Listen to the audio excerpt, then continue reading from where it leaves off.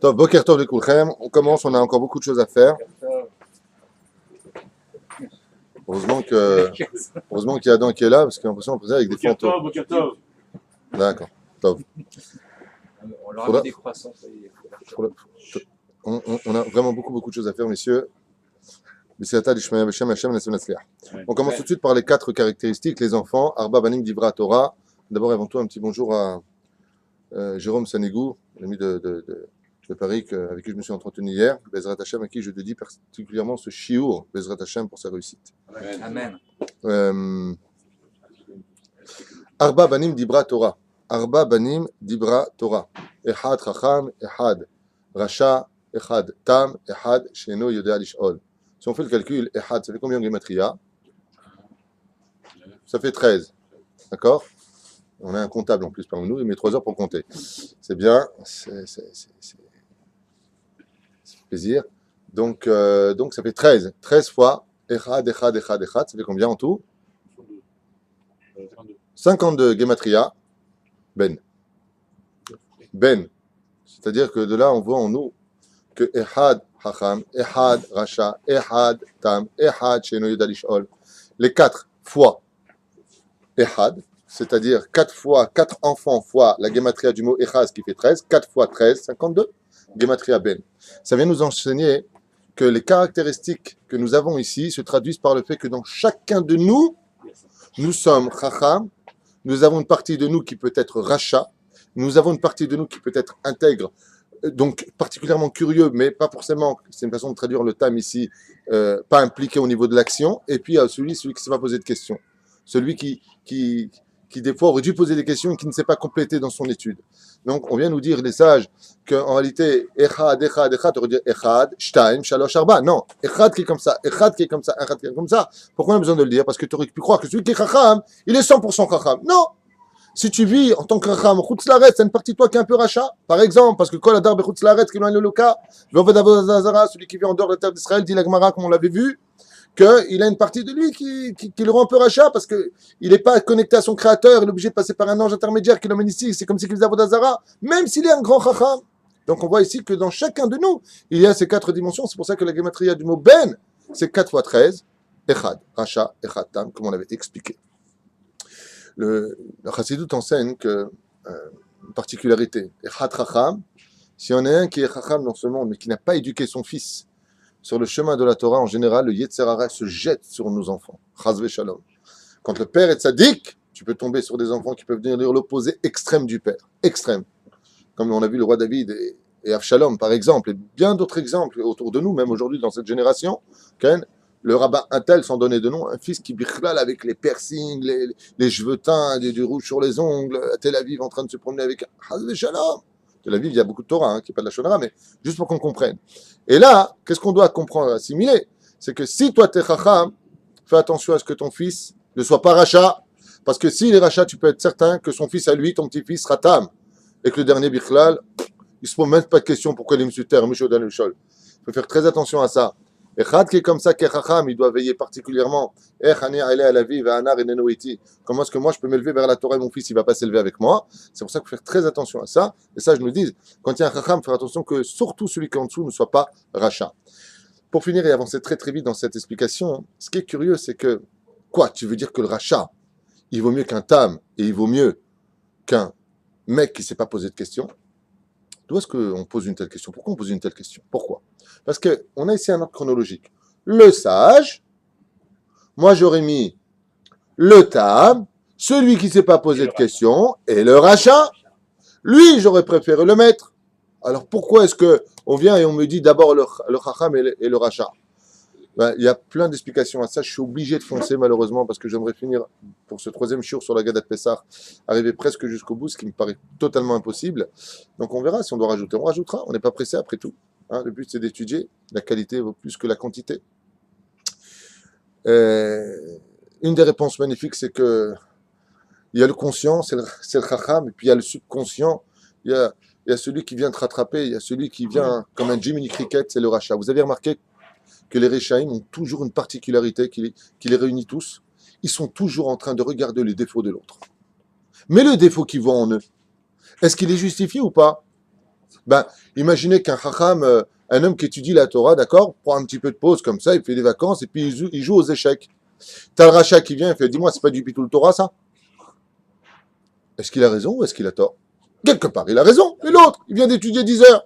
T'as la Hayot Lichiot, t'as pas mon Yetzerara. Le rachat est toujours collé au tzaddik parce que les sages disent qu'il joue souvent le rôle de la conscience. Alors regardons ensemble dans le texte. Chacham ou Omer. Regardez comment ça se passe. Ma edud va hukim va mishpatim. Donc tout de suite le chacham, qu'est-ce qui l'intéresse? Regardez ce que nous dit la Gadat Pessah. Qu'est-ce qui intéresse un chacham? La halacha. Un vrai chacham dans ce monde, c'est quelqu'un qui tient l'arbach à la kim du Shulchan Aruch. Regardez dans la Gada de Pessah, pour ceux qui disent les bœufs, les religieux. Dans la Gada de Pessah, au lieu de la chanter, de comprendre rien à ta vie, quand on la faire tous les ans, regarde ce que dit le chacham. Kulanu chachamim. Qu'est-ce que demande le chacham? Ma edut va hukim va mishpatim asher tzeva Hashem elokenu etrem. Voilà ce que demande le chacham. En quoi vous, il vous intéresse? Il pose des questions. Pourquoi etrem? Là, nous. Là aussi, ce sort du klal comme le rachat, de la généralité. Vous allez voir dans le texte. Oui? Mais lui, il est là pour provoquer des questions, Chacham. Non seulement il existe pour lui, avec ses questions et ses réponses, mais il est là aussi, etrem, pour provoquer que les autres parlent de Torah une fois. Il y avait un invité comme ça, et puis un de mes enfants sont rentrés dans les détails, a commencé à faire un Dvar Torah comme ça, et l'invité, qui n'était pas spécialement baigné dans le monde de la Torah, interrompt mon fils pour faire sa petite dracha à lui. Alors mon fils, il me regarde en me disant, mais j'étais en train de parler, je fais comme ça, doucement, je lui dis comme ça, écoute. Tu ne te rends pas compte de ce que tu viens de faire. Tu es en train de provoquer, grâce à ta parole, qu'un mec qui n'était pas dans l'Inyanim maintenant parle de Torah. Ça vaut plus que ce que toi, tu peux parler de Torah. Et c'est ce qu'il dit, c'est le Chacham. Il pose la question, Etrem. Le Rachat, il dit, Azot Lachem. Lui aussi, il s'exclut. Alors Chacham aussi s'exclut. C'est le même mot qui est employé pratiquement ici. Mais pour t'enseigner que l'intelligence d'un homme dans la Torah, c'est de poser des questions de Torah pour provoquer que les autres qui sont autour de la table posent des questions de Torah. Parce que la réponse ne peut exister que quand la question a été posée. Vous comprenez ce que je veux dire? Donc on voit ici que le Chacham, il est donc dans le monde de la Torah, dans le monde des halachot, Shulchan Aruch, ma'asur ou ma'mutar. Qu'est-ce qui est permis, qu'est-ce qui n'est pas? Qu'est-ce qui est tahor de ce qui ne l'est pas? Qu'est-ce qui est cachère de ce qui ne l'est pas? Et ainsi de suite. Il faut vivre absolument, messieurs, dans cette circulation impressionnante de la halacha pour savoir comment se comporter. Ça, c'est le Chacham. On avance très vite. Le rachat, donc ça va la psychomane, on avance, on n'a pas le temps. Le rachat, qu'est-ce qu'il dit? Ah, ma Omer, ma vodazot lachem. Qu'est-ce que c'est ce que vous êtes en train de faire vous? Toujours le rachat, il dit bon, vous les religieux. Vous les religieux. C'est-à-dire que lui, c'est un extraterrestre qui vient de la planète Mars. Lui, il n'était pas au Har Sinaï. Lui, il n'a pas de Brit Mila. Sa mère, c'est plus une juive. Moi, je suis juif. D'où? Je sais pas, je suis juif. Carte d'identité. Et oh, baba, si t'es juif, t'es concerné. Le rachat s'exclut toujours de ses propres questions. Pourquoi? Parce que le rachat, il a une chose en lui qui est extraordinaire. Le rachat, il a une qualité toute particulière. C'est qu'il a la franchise de reconnaître la responsabilité dans laquelle l'engagerait les commandements de la Torah. Alors il en a peur. Nida séparé pendant 2 semaines, touche pas, donne, passe pas. Ouais, bon, c'est quoi votre travail à vous là? Fais très attention, si tu t'exclus du klal Israël, si tu t'exclus de la, de l'ensemble du peuple d'Israël, tu t'exclus de tout. D'où le secret de Masechet Sanhedrin à la page 90. Mazek kol Israël yesh lahem chalek l'olam haba. Qu'est-ce que ça veut dire quand on lit tout Israël à part au monde futur?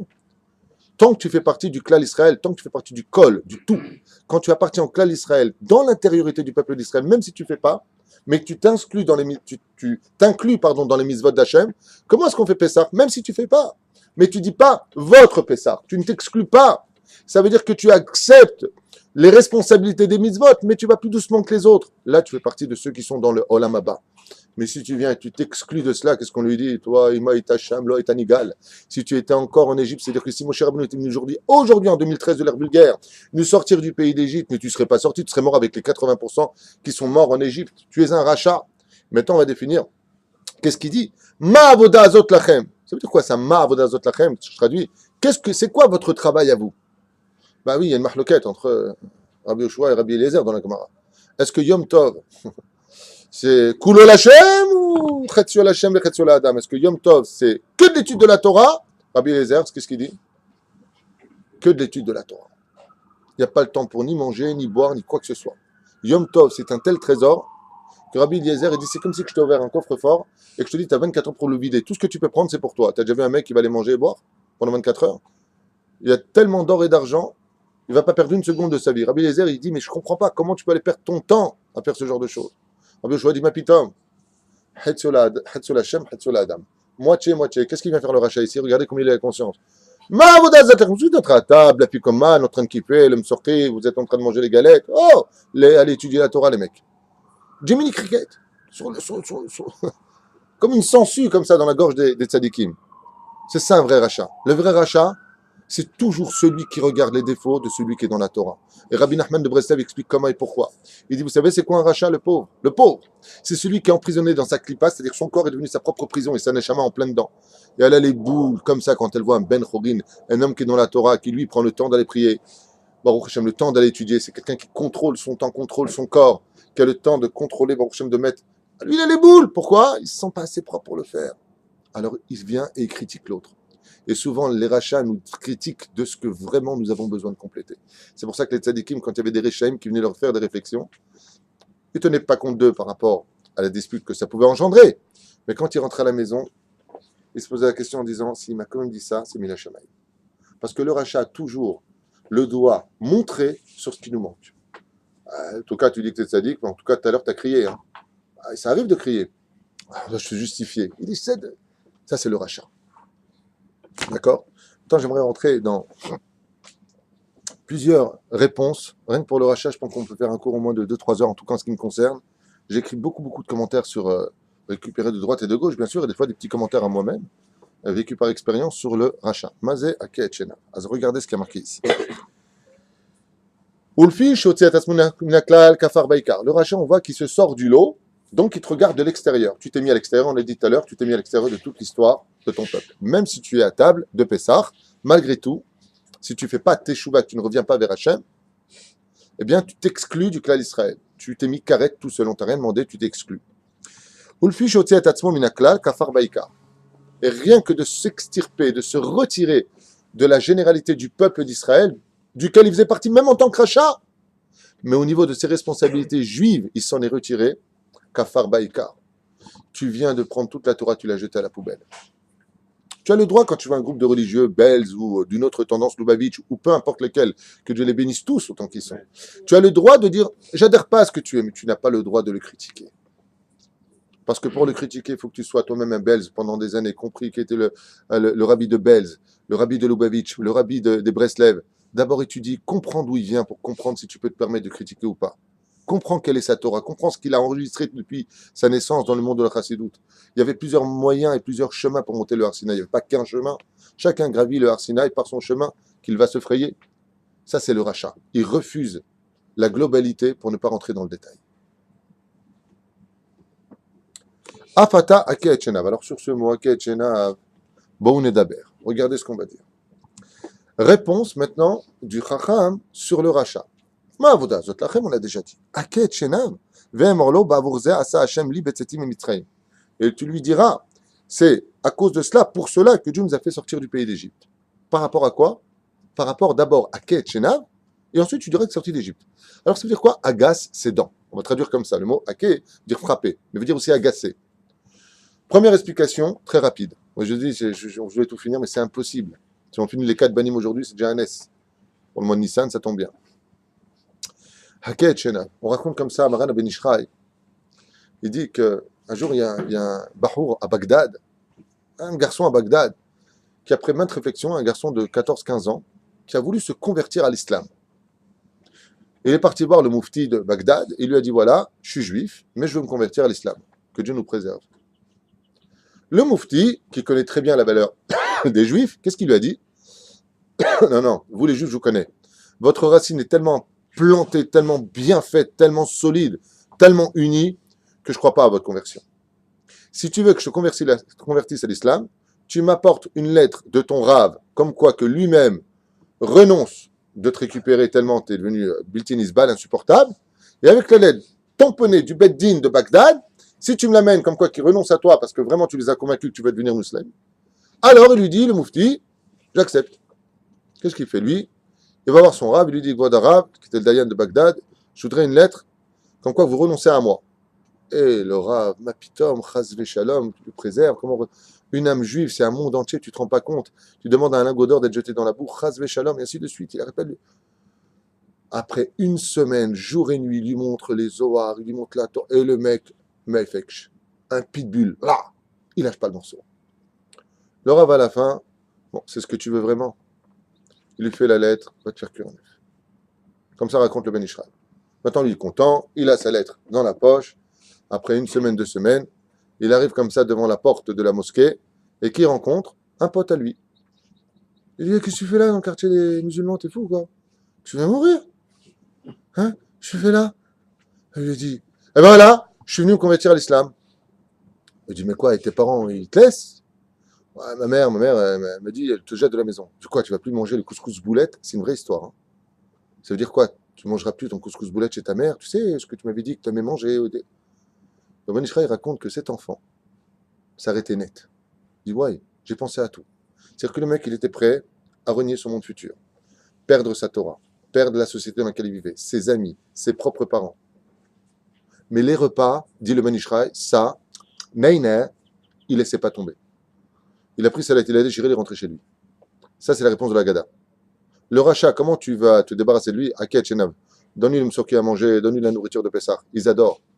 Le rachat, comment tu arrives, comme on l'a expliqué une fois sur la colère. Ton mari est en colère, c'est comment tu le calmes? Tu lui un bon plat comme il aime. Hein? Il a eu son nonos, Baruch Hashem, il est heureux.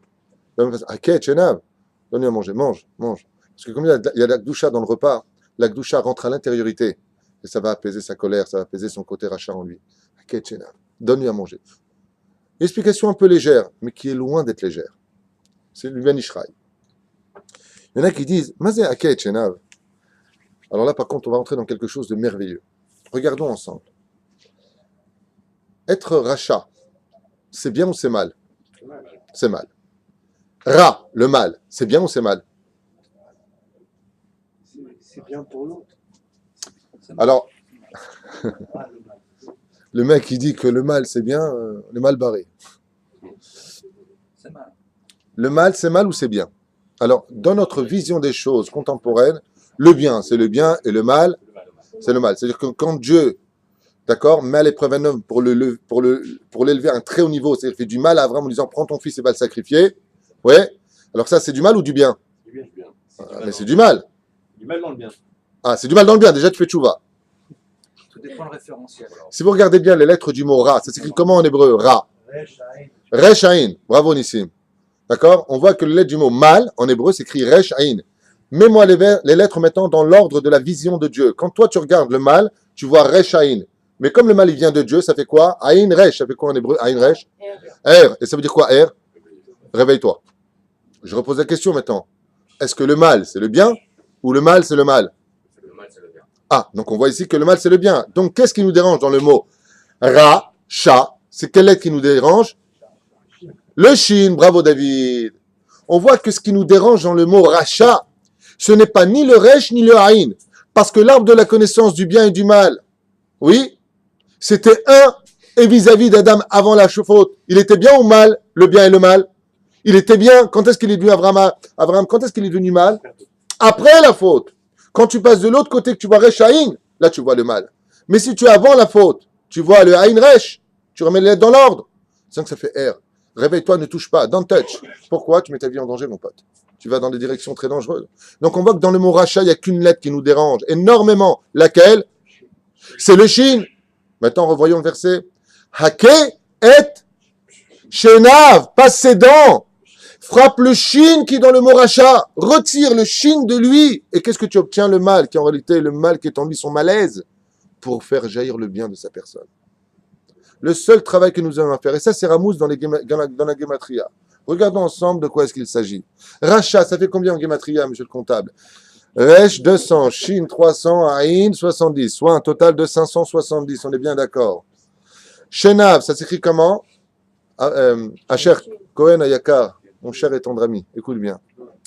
On a vu que Racha, ça fait 570, on est d'accord. Shenav, c'est Shin 300, Nun 50, Yud 10 et Vav 6, un total de 366. Maintenant, si j'enlève maintenant Aket Shenav du rachat, je retire le Shin de sa personne, ça me ferait donc 570 moins 366. Et c'est combien il me reste? Expert comptable? 204. Gematria Tzadik. Tzadik. Tzadik, ça fait 204. Tzadik, 90. Dalet, 4. Yud, 10. Et Kouf, 100. 204. Haket Shenav, si tu arrives à retirer le shin de sa personne, c'est-à-dire aller au-delà de ses mots, et de comprendre le malaise qui est ancré dans son shin, dans sa façon d'être, qui se traduit par sa bouche, par ses dents. Si tu retires ça, c'est-à-dire que si tu es capable de passer dans la discussion au-delà de sa médiocrité représentée par la lettre shin, il te suffira simplement de lui donner des réponses en inversant ses lettres à l'intérieur. Contourne-le avec des réponses, avec des métaphores, avec des histoires, avec de la considération. Et tu verras que le shin va s'enlever petit à petit et qu'il ne restera que le mal qui est en lui qui demandera qu'à être retiré. C'est pour ça qu'il n'y a qu'un chacham qui peut être à ce niveau-là. Donc on a mis le rachat juste à côté du chacham. Parce que si tu es petit, si tu es moyen dans ta façon de penser que tu es avec un rachat, qui va te changer? C'est toi qui vas te changer ou c'est lui qui va te changer? L'influence du rachat. Donc pour ne pas être influencé par un rachat, il faut être vraiment chacham. C'est pour ça que tout de suite en dessus du chacham, nous avons le rachat. Il faut être du niveau de lui répondre. D'accord?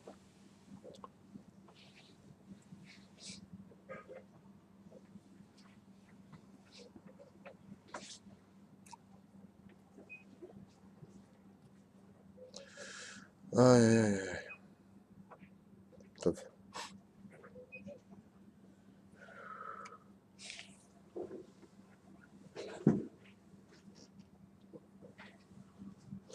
Donc, là-bas, j'avais noté de voir le rabbi de Lubavitch à la Shalom sur son commentaire d'Afka sur la paracha de la sortie d'Égypte. Je ne veux pas le faire maintenant. C'est un vénéré rabbi de Lubavitch, Baruch Hashem, son mérite nous protège. Il nous apporte, Bezrat Hashem, beaucoup de sagesse. On va parler maintenant du Tam.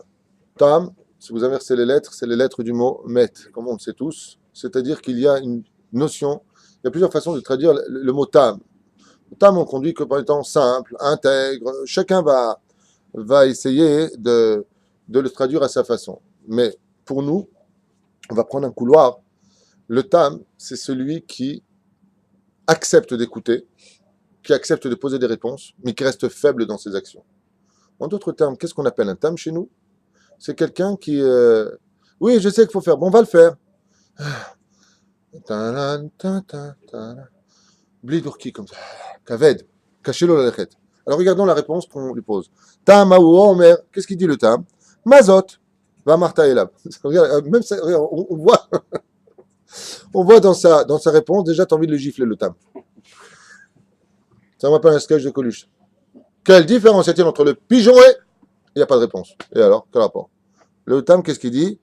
Mazot. Mazot quoi? Fatigué. Mazot, ça veut dire, c'est quoi tout le Seder de Pessah? Au lieu de dire au détail, comme le Chacham, Hachukim, Vamishpatim, détaillé, le Tam, lui, c'est quoi Pessah? Il y a blid. Envie de le finir à l'âge, comme il dit mon frère. Alors lui, qu'est-ce qu'on va lui répondre? On va le réveiller. Regardez bien la réponse de la Gada. Va Martha Elav, Bechozek Yad. Vas-y, Bechozek. C'est quoi Bechozek Yad? Dieu nous a sortis d'un bras puissant. Tu vas te réveiller, oui. Tu vas te bouger, Yatikouijik. Ouais. Tu vas commencer à te réveiller, en douille. Tu vas essayer de lui répondre à lui, la réponse, elle est claire. Bechozek Yad, il nous a sortis Dieu. Si tu vas commencer à te réveiller toi aussi, ouais. Océanu Hashem et Mitzrayim, Ibet Avadim. Il nous a sortis de la maison de l'esclave. Et c'est quoi la maison de l'esclavage? C'est là où tu es limité. Là où on te dit quoi faire. Là où on te dit comment penser, comment parler, quoi dire. Tu me diras, la Torah c'est pareil. Pas du tout. La Torah t'emmène vers cette liberté. Tandis que la prison là-bas, de l'esclave, de l'Égypte, c'est quand on emprisonnait ton cerveau à ne pas aller au-delà de tes limites. Nous ne sommes pas un peuple de cerveau, nous sommes un peuple de prophètes. Et la prophétie va au-delà de notre boîte crânienne. Ça vient de l'extériorité. C'est une connexion entre le divin et toi. Alors lui, on dit, tu sais que Dieu nous a réveillés avec une note vachement dure. Hein. C'est peut-être de temps de réveiller, mon pote. Parce qu'il y a des gens qui te répondent tout le temps, par exemple, non, mais moi, je vais à mon rythme. Ils ont vécu le pasuk de la Torah, Karlecha Samim. Tu prendras des Samim. C'est ce que je veux dire. Mais par contre, quand il s'agit de boulot, ces gens-là, après 2-3 mois de boulot, ils viennent de leur patron, je peux avoir une augmentation? Dès que tu es intéressé, il veut une augmentation. Alors on lui dit ici, augmente un peu ton niveau tous les ans, c'est Pessah.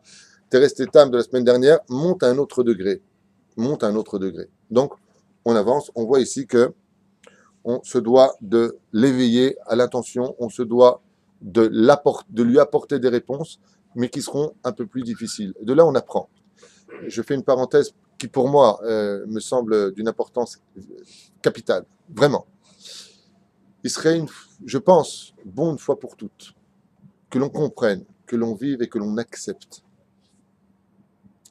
que chaque individu sur Terre ne peut revenir à la Torah que par rapport à une intériorité qu'on ne connaît pas. Je vais m'expliquer. Il y a des gens qui feront jamais tchouva si le Rav qui les amène à la Torah tape pas sur la table. Hey, tu fais comme ça, tu vas au Guéhinam. Et nous, on ne supporte pas cette Torah. La Torah de la peur, de la crainte. Mais il faut savoir qu'il y a des gens, quand tu vas dans le sens du poil, ces gens-là, jamais ils feront tchouva. En général, c'est le Tam. Le Tam a peur que le ciel lui tombe sur la tête. Alors lui, on lui répond, il y a des gens, s'ils entendent cette Torah-là, et tu sais quoi, il y a quoi, le Guéhinam. C'est ça qui m'attend. Je vais au Guéhinam. Eux, il leur faut la Hasidut Lubavitch. Le côté Lubavitch, la Torah du Rabbi de Lubavitch, la Torah de Rabbi Nachman de Breslev, la Torah du Rav de Soloniski, la Torah de tous les Chachamim qui sont dans le monde de la Hasidut, cette Torah-là va leur parler à eux. Le côté je te frappe dessus, ils sont prêts à se rebiffer. Ça ne leur parlera pas comme Torah. Il y a des gens, ni ça leur parle, ni ça leur parle. Il leur faudra une Torah de sionistes. On est tous sionistes, hein, qu'on arrête avec ces délires, mais on va leur faire plaisir. Ouais. Mais il leur faudra la Torah, où d'abord on va parler de Eretz Israël avec l'armée d'Israël, que Dieu les bénisse, bien sûr. Il leur faut cette Torah-là, la Torah de d'abord je vais en Israël, et Israël passe avant la Torah, Chazve Shalom, et il y en a qui l'enseignent comme ça, je ne sais pas pourquoi, mais ils le font, d'accord? Trouver du srout au droit, mais c'est leur aimant, c'est dans leur âme.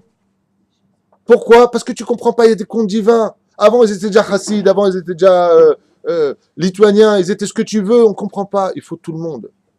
Comme dit le Sefer Chassidim, toutes les tendances de ce monde sont comme les étoiles de l'univers. Sachez que s'il manque une seule étoile dans l'univers, le monde périt automatiquement. Chaque étoile est à une place précise, placée par le roi des rois lui-même. Ce qui fait que chacun de nous devons trouver le chemin qui nous amènera vers Hachem, mais pas trop doucement. Commence quand même à avancer. Cette Torah ne te convient pas, la critique pas, dégage, ferme-la, va voir un autre. Va chez les Breslev, va danser. C'est ce côté-là qu'il te faut. Il n'y a pas de Guéhinam, il n'y a pas de Kafakela, il n'y a pas de peur. Tu veux danser, on est tous juifs, on est de la joie. Hein, mon frère, ouais, vas-y. Mais critique pas ceux qui sont à côté. C'est pour cela qu'ici, dans les 4 caractéristiques qu'on a, le Chacham, lui, il faut lui prendre un langage de Torah. Quand je parle avec un Chacham, dis pas je pense que, t'es fou quoi. Vas-y, je pense. Qui t'es pour penser? Non. Mais pourtant, Rachid dit comme ça. Dans le Shulchan Aruch, c'est marqué comme ça. Avec le Racha, lui, il va parler un autre langage. Arrête de parler de Torah. Qu'est-ce que tu connais la Torah? Viens, on va manger, on va skipper notre race, toi et moi. Aka et Chena, on va lui donner à manger. Avec le Tam, combien de temps tu vas rester comme ça? Peut-être fini, ils sont devenus blancs. Tu veux pas un peu les peindre? Tu veux pas un peu te réveiller? Et avec le Misheno Yedal Shol, on fonce parce qu'il est tard. Voyons ensemble ce que cela voudrait dire. Juste avec le Tam, j'avais noté ici quelques petits détails. Ils disent comme ça. Ça, c'est mon portable. Car il veut tout savoir. D'accord? Le Tam, j'avais noté ici, c'est celui qui veut tout savoir, mais à un rythme tellement lent que d'autre côté, il nous agace un peu quelque part. Il pose plein de questions, on a envie de lui dire, quand on vient pour lui répondre, juste une question. À quoi ça te sert de savoir tout ça? Donc il pose des questions. Si tu ne comptes pas les faire, ouais, c'est ce qu'on a envie de lui dire. Alors on lui dit comme ça, alors donne-lui une réponse générale. Comme il pose une question générale, Mazot, Yatikouijik. Alors on va lui conseiller une réponse générale. Qu'est-ce qu'on va lui dire? On va lui dire une réponse générale, d'une main forte, Dieu nous a fait sortir d'Égypte. Et effectivement, le mot d'une main forte, d'accord? Dieu nous a fait sortir du pays d'Égypte, c'est une réponse générale. Ça parle de quoi d'une main forte? Et là tu vas commencer les 10 plaies. La mer qui s'est ouverte en 12 ponts, la puissance de Dieu d'avoir fait descendre la manne du ciel, fait jaillir l'eau du rocher, et ainsi de suite. Alors on ferme cette parenthèse pour lui dire à la fin que Dieu nous a libérés de la maison de l'esclavage, pour lui dire que quand un homme ne court pas vers la Torah, c'est qu'il est déjà en train de s'enfermer dans une prison d'esclaves. C'est pour ça qu'on lui dit ça à la fin. La maison de l'esclavage, l'homme libre doit aller chercher la Torah. Qu'est-ce qu'on appelle réellement un homme libre qui sort du contexte de la pire des prisons de ce monde, qu'on appelle la fainéantise de l'esprit et la fainéantise de l'acte? c'est un homme qui est tout simplement esclave et qui a encore une partie de son être qui reste en Égypte. En esclavage, on rendait les gens paresseux dans la façon de penser, mais actifs dans la façon d'agir. C'est-à-dire, on avait inversé les rôles. Le corps l'avait amplement emporté sur l'âme. Alors que dans le judaïsme, dans la liberté d'un homme, c'est quand je pense, je réfléchis selon mes données thoraïques pour m'accomplir au niveau de l'acte. C'est mon cerveau qui dirige mon corps et pas mon corps qui dirige mon cerveau. Alors lui, par contre, celui qui ne s'est pas posé de questions, on lui répond At petahlo, c'est à toi de lui ouvrir la bouche. Alors comment tu fais? Tu as plusieurs façons d'agir. Ou tu lui donnes un livre d'alachot et c'est lui qui va commencer à lire. Donc automatiquement, tu vas lui ouvrir la bouche. Oui, comme on a dans la Hamida, on vient, on lui dit va prier Dieu. Et on nous dit exactement quoi lui dire. Ça va pas. J'ai envie de prier ce que moi j'ai envie de dire. Ouais? Non. Hachem, Sefatay Tiftah, Ufi Yagit Telatecha. Et on te dit Baruch Ata Hachem. Comme on ne sait pas parler devant Dieu, c'est pas qu'on ne sait pas parler devant Dieu. Il y a l'aide des doutes pour ça. Mais je veux dire par là que si on avait vraiment la connaissance de qui était Dieu, Shiviti Hachem Negdi Tamid, Dalifnemi Ataomed, sache devant qui tu te tiens. Si vraiment on était conscient de qui est Dieu, je vous promets qu'on ne saurait pas du tout quoi dire. C'est comme ça. On aurait peur. Peur d'amour, hein, bien entendu. Vous barrez pas. Mais on serait surpris. Alors, comme on serait surpris, on va te dire quoi dire. On va créer tous tes mondes, tous tes besoins. Donne-moi de l'intelligence, viens nous libérer, donne-moi la foi chez les mains, donne-moi de l'oseille, et ainsi de suite. Alors là, c'est pareil. At, petahlo. Si tu as quelqu'un qui fait partie du pire niveau, et ça, il faut le stipuler, il faut le dire. Sachez que pire que le rachat sur terre, c'est celui qui ne se pose pas de questions. Un mec de 90 ans qui n'est pas chômeur Shabbat, qui ne mange pas kasher, tu viens le voir et tu lui dis, le mec, il n'a pas un pied dans la tombe, il a 2 pieds dans la tombe et jusqu'au genou. Ouais. Tu dis, mais tu penses pas, mais pensez à quoi? Je suis là, je suis né, je mourrai. D'accord, mais tu ne te dis pas ce qu'il y a après, peut-être qu'il y a Dieu qui va te poser des questions, peut-être que tu as un monde futur extraordinaire. Tu ne te poses pas de questions. Je ne me pose pas de questions, moi j'ai fait du bien dans ce monde, moi je pense que j'ai fait ce qu'il fallait faire. Alors ça me rappelle une histoire, les Madavar Domé. Une fois, mon grand frère Sami, Hachem Shouahayou, Sami Twitou, Bezrat Hachem, m'a raconté une belle histoire qu'il a vue dans un livre à propos du Rav Shlomo Amar, à l'époque où il était grand rabbin, je crois, de Tel Aviv, si je ne m'abuse. Et c'est une vraie histoire d'un vieux monsieur qui a été en convalescence pendant de nombreuses années. Et il est venu voir le Rav Shlomo Amar, donc aujourd'hui le grand rabbin d'Israël, en lui demandant un Sefer Torah extrêmement méoudar. Ça veut dire d'une valeur, il faut que le sofer soit toujours mikvé, qu'il connaisse les kavanot. La boîte, il faut que ce soit en argent massif. Il est prêt à payer tout ce qu'il a. Un problème technique, on a un problème technique à dents. On va le mettre comme ça, d'accord. Et donc, il a... et toi, le grand rabbin lui a dit, vous savez, ça coûte beaucoup, beaucoup, beaucoup d'argent. Au moins 125 000, 130 000, si vous voulez vraiment un Sefer Torah de très, très, très bon niveau, ça peut être 150 000. Il lui dit, écoutez, 150 000. Il a dit, moi, j'ai mis plus d'1 million de côté. Toi, c'est ce que vous voulez, il n'y a pas de problème. Voilà qu'un an plus tard, ce vieux monsieur, comme ça, est invité par le Rav Shlomo Amar, une vraie histoire, comme ça il arrive, pour prendre le Sefer Torah et faire l'inauguration du Sefer Torah. Alors ils ont pris la salle, ils ont invité les gens, rentrer dans la belle synagogue de Yerushalayim, peut-être son Sefer Torah. Et voilà que le vieux, il ouvre comme ça une vieille valise, très vieille valise, et il dit, bon, allez, combien je dois? Au moment où il ouvre la valise, le Rav Shlomo Amar blêmit. Il voit là-bas une valise remplie de liasses de billets. À ce moment-là, il ne sait pas quoi faire. Il regarde le vieux, il regarde la valise. Il regarde la valise, il regarde le vieux. Il regarde le vieux, il regarde la valise. Et le vieux, il dit, il y a un problème. Vous avez jamais vu autant d'argent ou quoi? Il lui a dit, vous savez dans quelle époque nous sommes? Il dit, pourquoi? Quel rapport? Vous étiez où? Il dit, j'ai fait un coma très, très, très, très long. Et voilà, je suis revenu pour remercier à Dieu. Je vais faire un Sefer Torah. Et à ce moment-là, le Rav Shlomo Amar a retourné la valise. Et il y avait 1 million de lire. Lire, c'était la monnaie israélienne. Ya Hasra Habibi, tu n'étais même pas en projet dans le ciel. Michael, tu n'étais même pas en projet dans le ciel, mon fils. 1 million de lire, aujourd'hui, ça vaut peut-être 2 shkalim. Moi, je me rappelle, Sima Zagouri, à Netivot, qui était comme une tante pour moi. Sima Zagouri, elle m'a raconté qu'elle a fait un mariage pour 350 personnes, d'accord, avec le traiteur, l'orchestre, la totale. Elle m'a dit de sa bouche, ça m'a coûté 1 shekel. À l'époque, le shkalim, c'était énorme. Et lui, ce vieux, quand il est revenu dans son univers, lui, il avait sa valise. Il dit, j'ai 1 million de livres. Pas livres sterling, hein. De lire. Pas livres, pardon, je me suis trompé. 1 million de lire. Et là, il a rajouté le D devant. Délire. Il est rentré dans un délire pas possible. Le Rav Shlomo Mor lui a dit, mais 1 million de lire aujourd'hui, ça vaut peut-être 2 shkalim, mais encore. Même on n'en veut pas, ça ne sert à rien. Pourquoi je vous ai raconté cette histoire?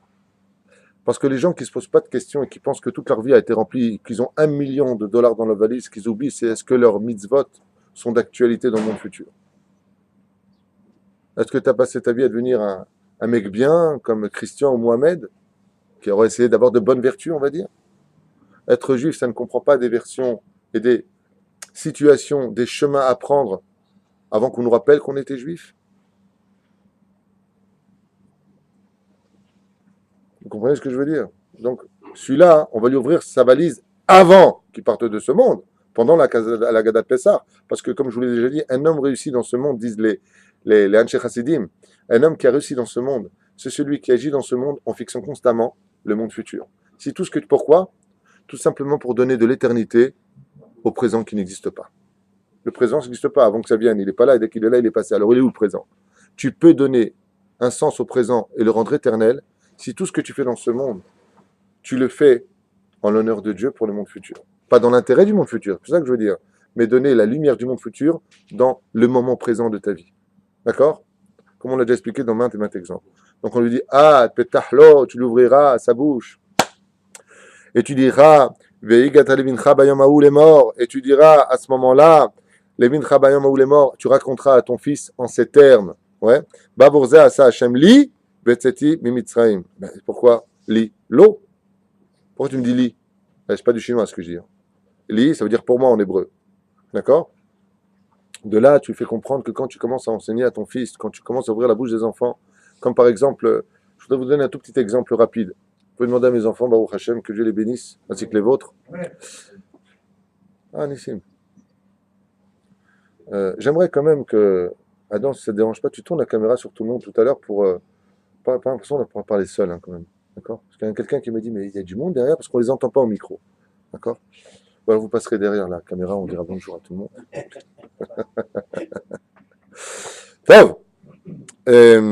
Donc lui, qu'est-ce qu'on lui dit? On lui dit comme ça, j'aimerais raconter pour mes enfants, pardon, je reviens un peu en arrière. Comment je fais à table? Quand tu as des enfants à table, fais un Dvar Torah, fatigué, non, tu sais comment tu fais? Quand tu as des invités, tu veux faire un Dvar Torah, tu sais comment tu fais? Pose-leur des questions.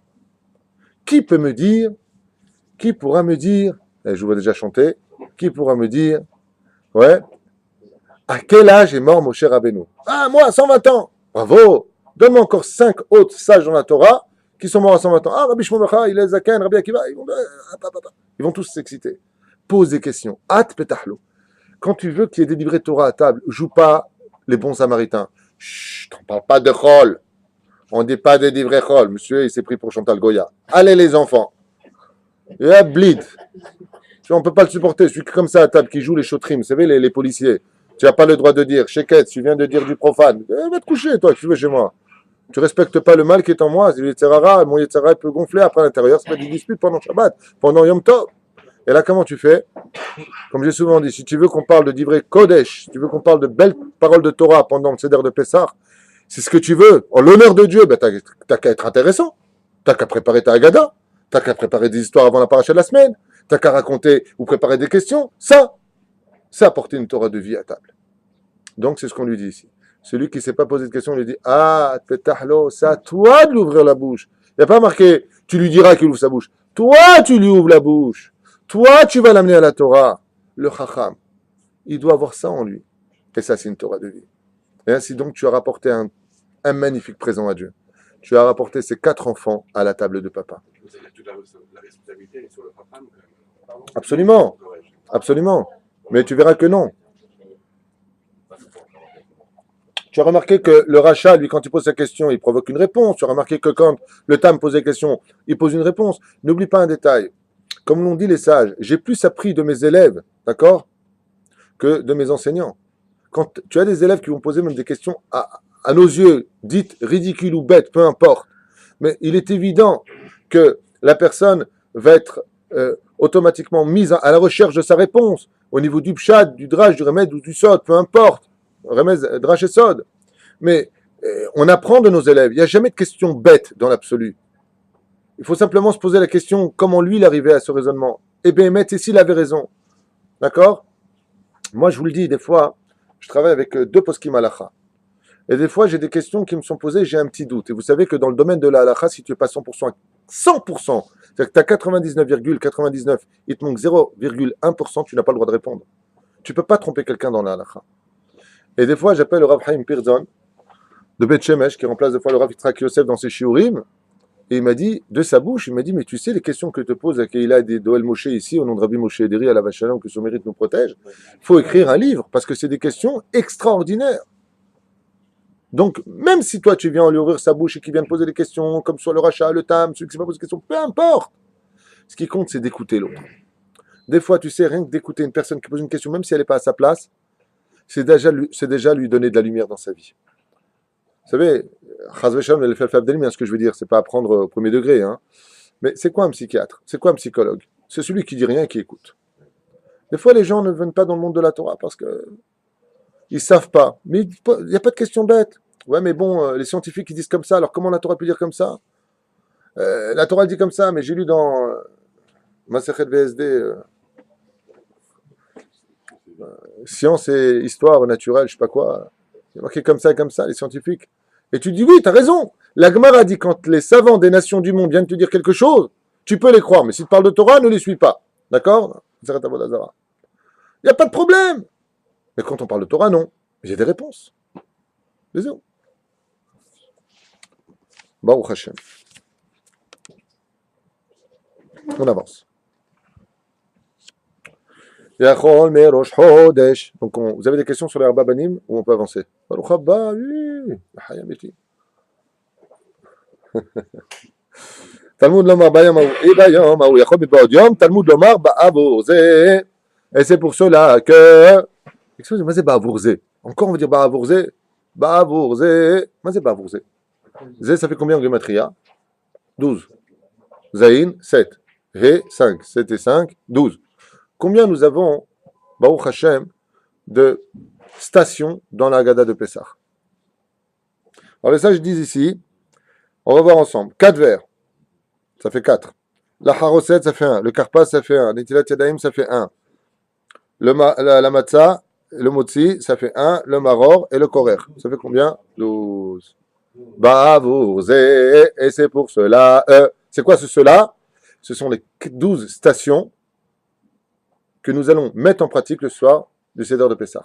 Chaque fois que nous allons faire quelque chose, Bezrat Hashem, nous allons accomplir cette notion de 12. Pourquoi? Parce qu'en réalité, 12, c'est aussi un remèze sur la généralité du peuple d'Israël qui était de composer de combien de tribus? 12 tribus. Quand on fait le Seder de Pessah, quel rapport avec les 12 tribus? Vous allez comprendre. Qu'est-ce qu'on ramène si on fait, comme on avait expliqué le shiur d'hier? La Géoula. Et le but du Melech HaMashiach quand il viendra, ce sera de réunir qui? Les 12 tribus. Ba'avourze, pour ramener les 12 tribus en Eretz Israël pour la Géoula, il faut faire Pessah dans la joie et l'amour de l'un de l'autre.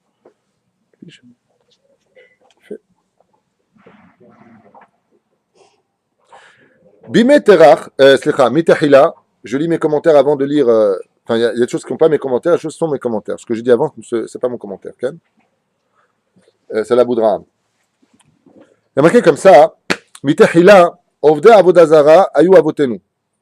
Au début, étaient eux-mêmes des idolâtres, nos pères. De quoi est-ce qu'on parle? Ils étaient des idolâtres, nos pères. On n'a pas le temps, on avance, il me reste très peu de temps. On parle de Terach. Le mot hébreu vient de qui?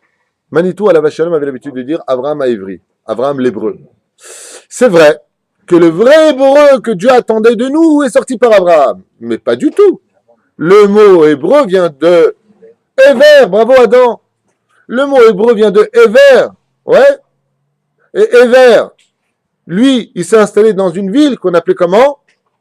Ur-Kasdim, ouais.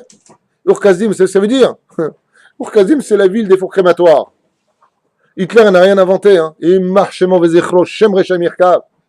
La ville des fours crématoires, disent les sages. Ur-Kasdim. Là-bas, Our, c'était le four. On y mettait les gens.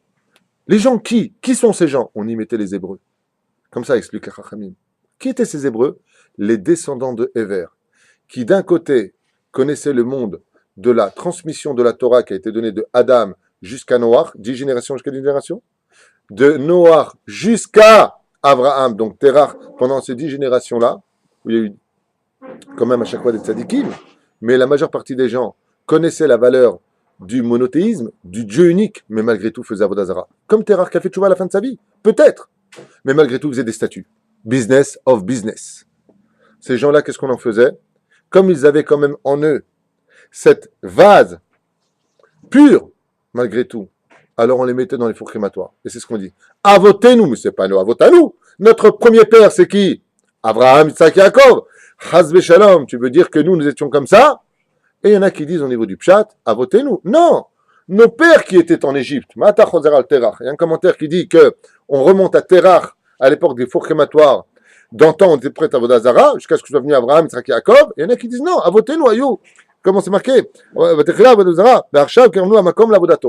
Nous étions esclaves en Égypte, donc ça c'est le Pshat.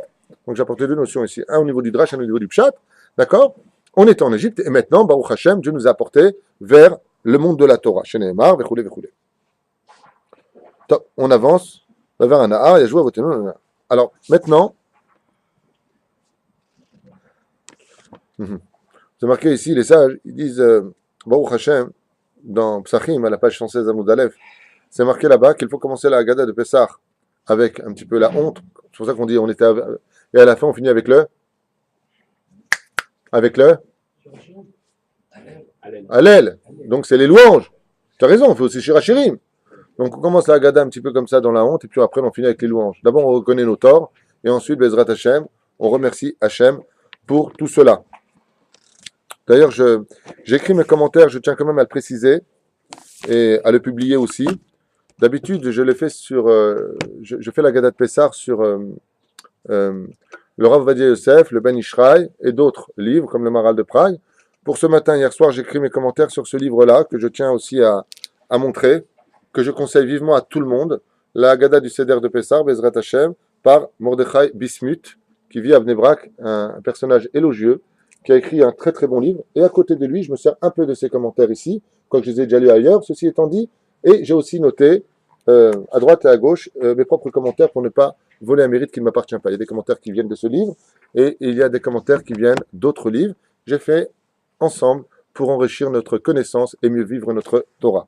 Bien. C'est ce qu'on dit.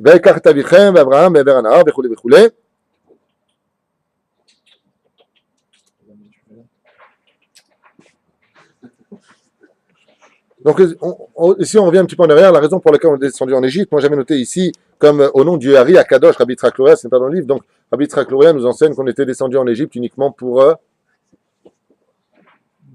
récupérer les Nitzotzot qui étaient là-bas et sortir en tant que peuple, comme on l'avait déjà expliqué.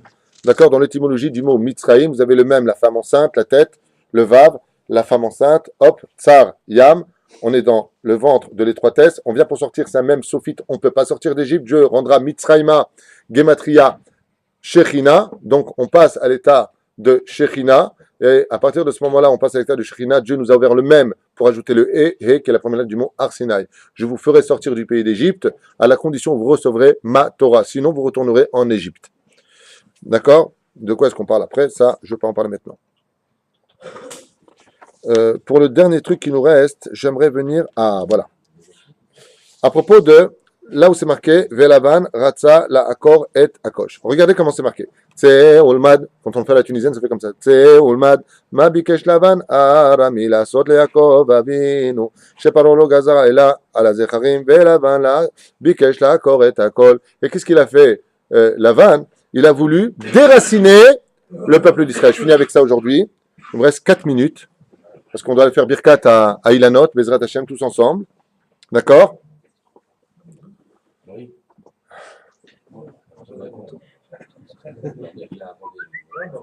Donc, l'accord. Non, mais attendez. Non. Dès que je finis le shiur, avant d'éteindre, vous passez tous derrière la caméra pour pas que les gens me prennent pour un fou. Non. Après.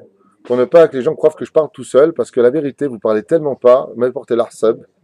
C'est très dur pour moi. Moi, je commence à m'habituer à cette caméra, et vous êtes comme ça, pétrifié tous les matins, et j'ai l'impression d'être un fou. J'ai regardé, je regarde pas mes vidéos, mais j'ai regardé 2-3 vidéos, et je dis, mais attends, le mec qui regarde ça derrière, il dit, mais il est un peu mytho, ce rat. Il croit qu'il parle avec du monde, il s'est mis des mannequins. Pas du tout. Vous êtes bien là, on est bien d'accord.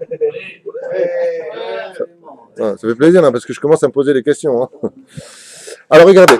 Mazé Veratsa, l'accord est à col. Qu'est-ce qu'il a demandé à chaque Kohen? Écoute. Velavan, Bikesh, l'accord est à col. Ça veut dire quoi? Il a voulu déraciner le peuple d'Israël. Est-ce qu'on peut nous déraciner, nous? Oui. Hakol, ça fait comment? Il aurait voulu, il n'a pas pu parce que Dieu l'a empêché. Hakol, ça s'écrit comment en hébreu? He, Kaf, Lamed. Tu mets le Kaf devant le Lamed, ça fait quoi? Kalak. Galak, tu vas me dire un le dauphin. C'est cachour.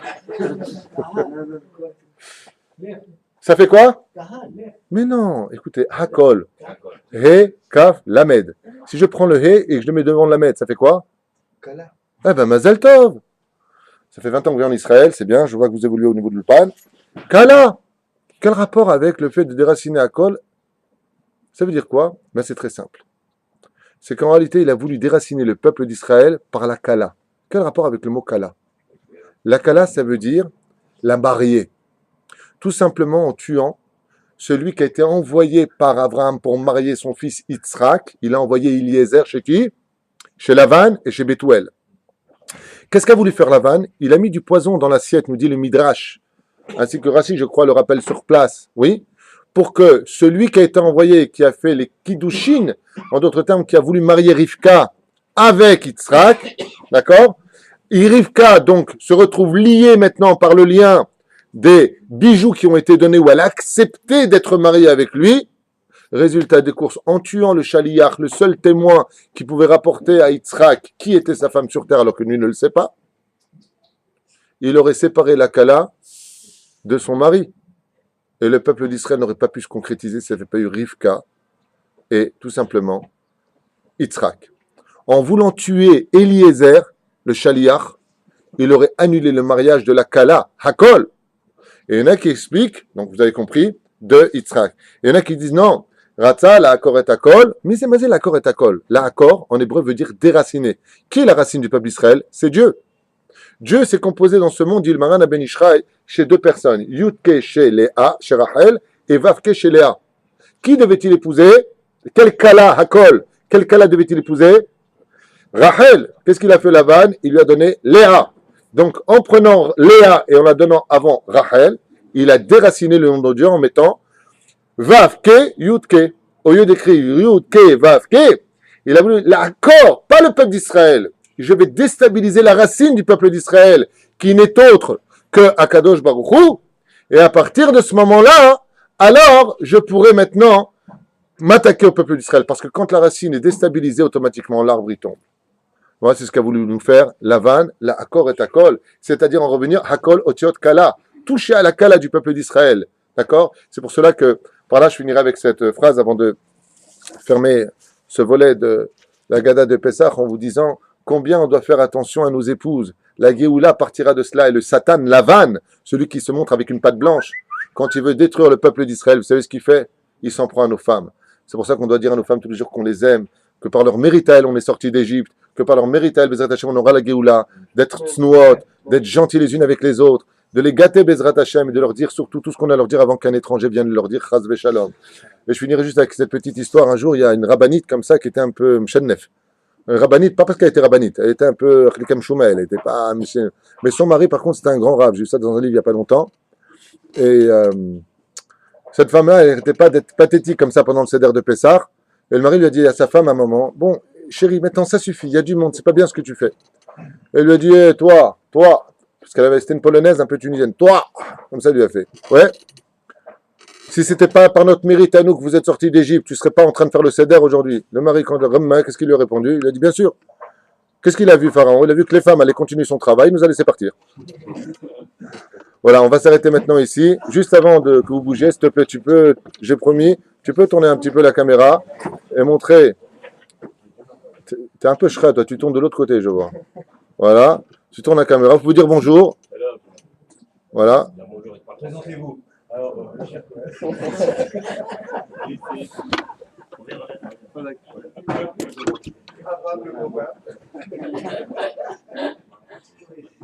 Voilà, vous êtes tous là. Vous pouvez dire bonjour à la caméra. Voilà, vous voyez, ils sont bien là, hein. J'insiste énormément. Ils sont tous ici. Ils écoutent le cours. Hein? Il y a la